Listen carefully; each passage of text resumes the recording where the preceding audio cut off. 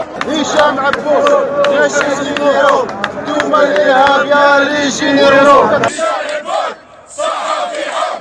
هشام عبود صحفي حق.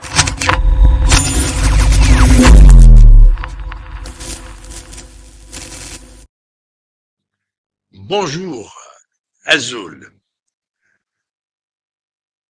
Les autorités algériennes n'ont pas tardé à réagir aux mesures prises et annoncées hier par le ministre français de l'Europe et des Affaires étrangères, Monsieur Barrot. Eh bien, le ministère algérien des Affaires étrangères a vite fait de prendre un communiqué des plus bizarres. Un communiqué des plus bizarres dans lequel l'Algérie dit exprimer son étonnement face à des mesures de restriction de circulation et d'accès au territoire français. Ah, c'est bien beau ça. Donc l'Algérie est, quand je dis l'Algérie, c'est l'Algérie officielle. Hein. C'est l'Algérie des généraux criminels. C'est l'Algérie des généraux criminels. Alors, on va voir. Voilà. Donc, l'Algérie exprime son étonnement face à des mesures de restriction de circulation et d'accès au territoire français. L'Algérie a exprimé sa surprise et son étonnement face à des mesures de restriction de circulation et d'accès au territoire français prises par le gouvernement français à l'encontre de ressortissants algériens titulaires de documents de voyage spéciaux, les exemptant de formalités de visa, indique mercredi un communiqué du ministère des Affaires étrangères de la Communauté nationale à l'étranger et des Affaires africaines. Déjà, on relève dans ce communiqué un gros mensonge. Ces restrictions ne touchent pas des ressortissants algériens titulaires de documents de voyage spéciaux. Non. Qui sont-ils ces ressortissants? Ce sont les généraux, leurs enfants, leurs épouses, leurs parents. Ce sont des ministres qui n'ont rien à voir avec la diplomatie, leurs enfants, leurs épouses, leurs parents. Ce sont de soi-disant hauts responsables, ce qu'on appelle les dignitaires du régime, comme l'avait dit le ministre français des Affaires étrangères. Ces gens-là, ce ne sont pas des ressortissants algériens ordinaires. Ce sont les nababs du pouvoir algérien. Ce sont des femmes et des hommes qui vivent au-dessus du niveau des Algériens. Pour eux, les Algériens sont des moins que rien. Et eux, alors, ils sont des nababs en Algérie et ils veulent bénéficier aussi d'avantages en France lorsqu'ils se rendent en France. Et les Français ont signé un accord avec les autorités algériennes permettant à ces nababs et à leurs enfants, la progéniture, de bénéficier de l'avantage de ne pas demander de visa pour entrer en France. Aujourd'hui, la France a dit stop, puisque vous refusez l'accès aux Algériens dans leur propre pays. Avec un passeport algérien, ben nous allons refuser l'accès en France à des ressortissants algériens qui se disent au-dessus des autres. Donc, il n'y a pas de quoi s'étonner. Ils disent l'Algérie est étonnée. L'Algérie exprime son étonnement. Non. Ce qui est étonnant, c'est que des Algériens renvoyés par la France parce qu'ils sont en situation irrégulière, dont l'un d'eux a commis un crime tout récemment à Mulhouse, parce qu'il a été réexpulsé d'Algérie à 10 reprises, n'a pas été admis de rentrer en Algérie à 10 reprises, bien qu'il avait des documents algériens prouvant son algérianité. De même pour ce pauvre minable qu'on a surnommé « Je ne partirai pas », qui lui faisait de la brosse à reluire au pouvoir algérien et appelait au meurtre contre les Algériens qui sont contre le régime. Et à ce bonhomme, on refuse l'accès en Algérie. Ce qui est étonnant aussi, il y a un journaliste algérien contre lequel le régime n'a rien retenu. C'est-à-dire, il n'a commis aucune infraction, aucun crime, aucune faute, rien du tout. C'est Farid Alilet, journaliste à l'hebdomadaire Jeune Afrique. Farid Alilet arrive à l'aéroport d'Alger avec un passeport algérien. On lui dit non, monsieur, vous ne rentrez pas. Pourquoi? Parce que vous travaillez dans un journal qui est hostile à l'Algérie. Il n'est pas du tout. Sauf qu'il faudrait que le Jeune Afrique et tous les autres journaux, c'est-à-dire, soient cool avec le régime algérien, c'est-à-dire que la presse étrangère soit élogieuse envers un régime de voyous, un régime de criminels, un régime qui a transformé l'Algérie en un enfer sur terre, un régime qui a transformé l'Algérie en une grande prison, en interdisant la sortie du territoire national à des milliers d'Algériens sans raison aucune et sans que cela passe par la justice, même si cette justice est aux ordres.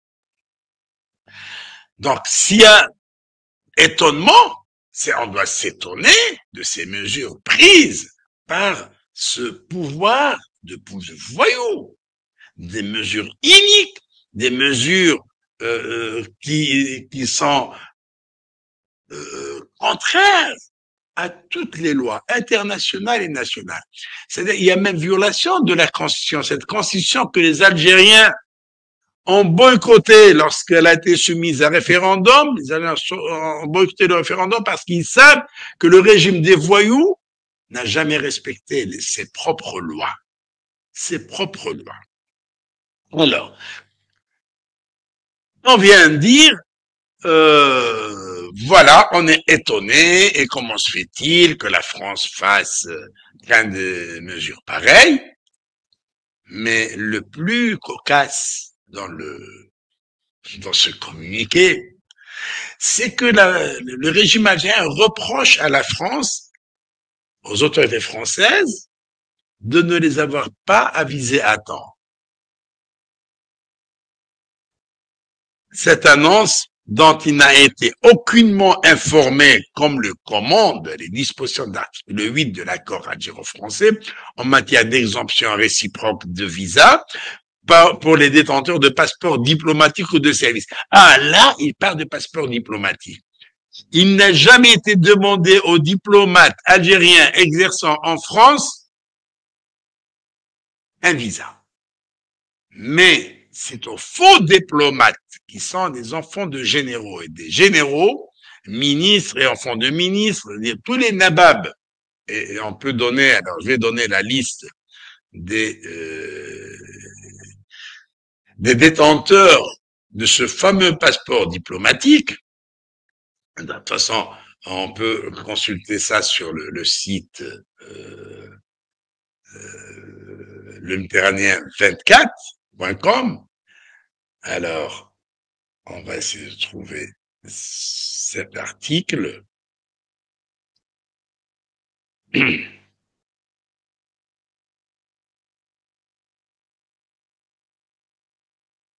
va essayer de trouver l'article.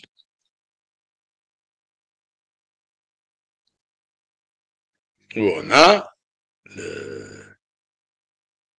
la liste des détenteurs qui détient un passeport diplomatique en Algérie.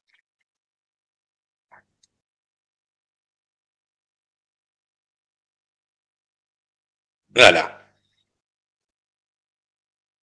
On va le dire.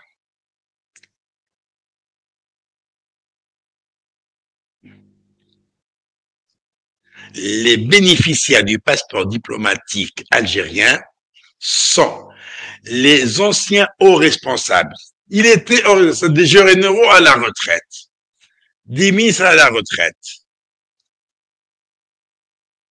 les membres du gouvernement, l'armée, le chef d'état-major de l'ANP, sa femme et ses enfants, les généraux d'armes, leurs femmes et leurs enfants, les généraux du corps d'armée, leurs femmes et leurs enfants, le secrétaire général du ministère de la Défense, sa femme et ses enfants, les commandants des forces armées navales, terrestres et aériennes, leurs femmes et leurs enfants, les commandants de la garde républicaine, leurs femmes et leurs... Voilà. Et la liste est longue. Autres hauts responsables. Le président de la Cour constitutionnelle, le président de la Cour suprême, leurs femmes et leurs enfants, hein, tous leurs femmes et leurs enfants. Le procureur général de la Cour suprême, le commissaire d'État près le Conseil d'État, ses hommes et ses enfants, président de la Cour des comptes, gouverneur de la Banque d'Algérie, ministre, médiateur de la République. Et la liste est longue. Et la liste est longue. Et alors, si vous voulez parler, les anciens hauts responsables de leur famille, hein, comme les anciens présidents de la République, Amin Sarwal, sa femme, ses enfants, les anciens premiers ministres, tels que Ayman Ben Abdelrahman, Abdelaziz Jarrad, Sabri Boukadim, Abdelaziz Belkhadim, Ali Ben Fliz, Ahmed Ben Bitour, Moukdad Sifi, leurs épouses et leurs enfants. Regardez que de monde. Ah, les anciens présidents du Parlement, tels que Brahim Bourali, Slimane Chennine, Abdelzak Terbesh, Mouad Boucherb, Saïd Bouhadja, etc. Mais que de monde. Eh ben,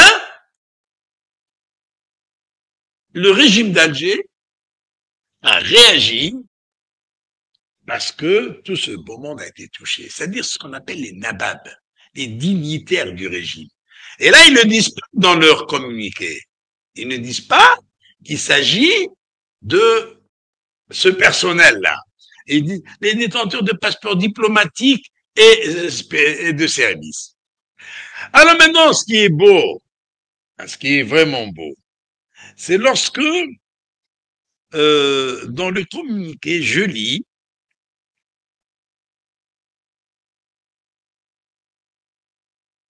vraiment quelque chose de très cocasse, c'est-à-dire l'annonce de ces mesures dont l'Algérie n'a pas été informée s'inscrit dans la longue liste des provocations, des intimidations et des menaces contre l'Algérie. Les pauvres Algérie. Ça, c'est l'Algérie. Ah, c'est l'Algérie qui a le droit d'accès avec un passeport diplomatique. C'est l'Algérie des détenteurs des passeports diplomatiques. Alors, donc, il y a eu des provocations, des intimidations. Mais ils disent pas combien la France a été vraiment diligente, très cool, tolérante envers toutes leurs exactions. Ils ne le disent pas. Ils oublient leurs provocations contre le peuple algérien quotidiennement. L'Algérien est provoqué dès son réveil matinal. Dès qu'il se réveille le matin, au moment où il va ouvrir le robinet pour se laver, pas d'eau. À la première provocation. Et lorsqu'il va prendre son petit déjeuner, il ne peut pas avoir de lait, il faudrait qu'il sorte faire une longue file d'attente dès 4 heures du matin. Dès qu'il sort de chez lui, les encombrements, les bouchons. Ça, s'il est véhiculé. Alors, s'il n'est pas véhiculé, s'il va prendre le bus, il n'y a pas de bus en Algérie, il y a des boîtes de sardines roulantes, où les gens sont entassés les uns contre les autres. Et c'est ça, l'Algérie. La provocation au quotidien. Il ne parle pas de ça. Les intimidations, c'est au quotidien. Il n'y a pas d'intimidation, de provocation. Les menaces, c'est au quotidien. Si tu écris un mot sur Facebook, c'est 2 ans, 3 ans de prison. Qu'est-ce que tu écris? Un état civil, pas un état militaire. Alors oui, ben tu vas pour 2 ans de prison. Et pourtant, c'est quoi demander un état civil? C'est-à-dire demander un état de droit. Un état où les lois sont appliquées. Et non pas un état militaire qui signifie que c'est un état qui fonctionne aux ordres et non pas en fonction des lois. C'est ça. Non, il faudrait accepter cet état militaire. Un état qui fonctionne aux ordres. Un état qui transforme l'Algérie en une grande prison.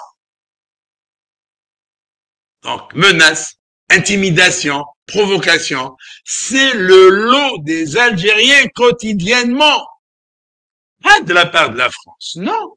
C'est de la part de ces voyous qui gouvernent l'Algérie, qui ont fait main basse sur l'Algérie sans légitimité aucune. Sans légitimité, non, ni la légitimité historique, ni la légitimité révolutionnaire, comme on disait avant, ni la légitimité des urnes. Ils n'ont aucune légitimité. C'est des fraudeurs, c'est des voleurs, c'est des criminels, c'est des tueurs, c'est des gens qui ne font que du mal. Et en parlant de Caucase, c'est lorsqu'ils disent que ces provocations, que ces mesures sont de nul effet sur notre pays qui n'y cédera pas. Toute mesure attentatoire à ses intérêts fera l'objet de mesures réciproques, strictes, immédiates. Ah, la France va trembler. Là, la France va trembler, il va y avoir réunion du Haut Conseil de sécurité, comme ils ont l'habitude de le faire en Algérie, pour faire face aux menaces algériennes. Hein, c'est des gens qui menacent de priver les Français, c'est-à-dire les enfants de généraux, les anciens responsables français, tout ce beau monde qui bénéficie d'un passeport diplomatique et qui vont rentrer en Algérie sans visa. D'abord, les généraux, les ans et leurs familles en France n'ont pas de passeport diplomatique. Les anciens ministres et les ministres n'ont pas de passeport diplomatique. En France, ils n'ont pas besoin de cela. C'est d'abord le passeport français,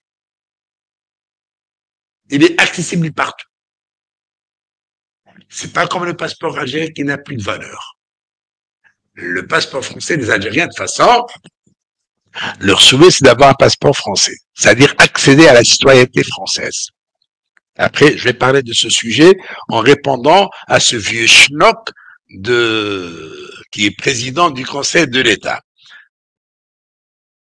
Donc, les mesures réciproques, strictes et immédiates, c'est-à-dire qu'on va empêcher des Français, enfants de généraux, enfants de ministres, qui se font le plein des avions à destination d'Alger, comme le font les Algériens à destination de la France, eh bien, on va voir tous ces Français qui font partie de la nomenclatura, qui sont ces nababs. De toute façon, ça n'existe pas en France. Ça n'existe pas. Eh bien, j'aimerais bien qu'on nous annonce comment l'Algérie va appliquer la réciprocité. Je ne connais pas de responsables français qui envoient leurs femmes faire le shopping à Alger et retourner en France comme le font les dignitaires algériens qui vont en France, leurs femmes vont à Paris faire du shopping et rentrer le soir. Ni leurs enfants qui vont passer le week-end à Paris. J'aimerais bien voir des dignitaires français voir leurs enfants venir passer leur week-end à Alger et rentrer le lendemain. Mais vraiment, c'est un communiqué qui ne veut absolument rien dire. Ce qu'on remarque, c'est que ça leur a fait mal. Ces mesures leur ont fait très mal et c'est pour ça que je dis merci la France, bravo la France, vive la France. Vous leur avez asséné enfin ce coup tant attendu par les Algériens. Ces gens qui malmènent l'Algérien chaque jour que Dieu fait. Eh bien, il était temps que la France vienne leur asséner quelques coups, quelques gifles, en attendant un grand coup de pied au derrière. Et premier à recevoir ce grand coup de pied, c'est Salah Goudjil, ce président de du Conseil de la Nation. Je vais en parler parce que ce vieux schnock a répondu aux mesures françaises. Ce sera juste après le jingle.